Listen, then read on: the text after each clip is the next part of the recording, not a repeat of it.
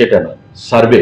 আমি এটা বলেছি যে তারা গভর্নমেন্ট অফ ইন্ডিয়া নেগেটিভ বলেন যে soil condition not conducive or applicable, মানে অ্যাপ্রোপ্রিয়েট, এটা বলেছে যে সয়েল কন্ডিশনটা টেস্ট করতে হবে, তার জন্য সার্ভে হবে।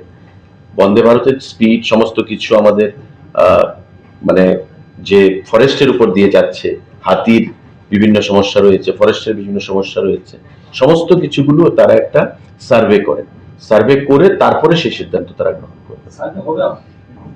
সার্ভে হবে,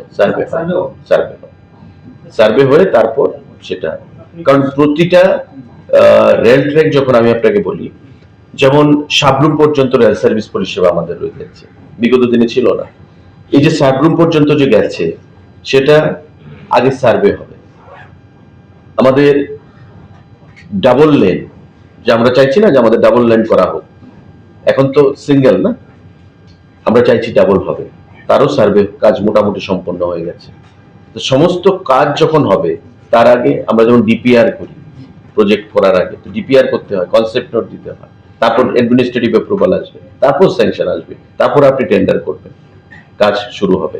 তো এই জিনিসটা আগে সার্ভে করতে হবে, এবং সার্ভের রেজাল্ট কি আসবে তার উপর ডিপেন্ড করবে যে কবে হবে, কিভাবে হবে, কখন হবে, সেই জিনিসগুলো সার্ভে করতে হবে। সেটা বন্দে ভারত শুরু চাইলেই তো শুরু করা যাবে না, সার্ভে করে তারপর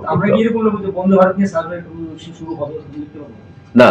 মাননীয় মুখ্যমন্ত্রী দিল্লিতে তদবির করেছেন, আমিও করেছি, আমাদেরকে বলেছেন, রেল মন্ত্রক থেকে বলা হয়েছে যে এটা এখন যে প্রসেসগুলো রয়েছে পাইপলাইনে সেগুলো করার পর বন্দে ভারত আমরা, কারণ বন্দে ভারত হচ্ছে মানে হাই স্পিড যেটা, মানে তো তার জন্য অবশ্যই সার্ভে প্রয়োজন, যে সার্ভে করার পরই আমরা করব।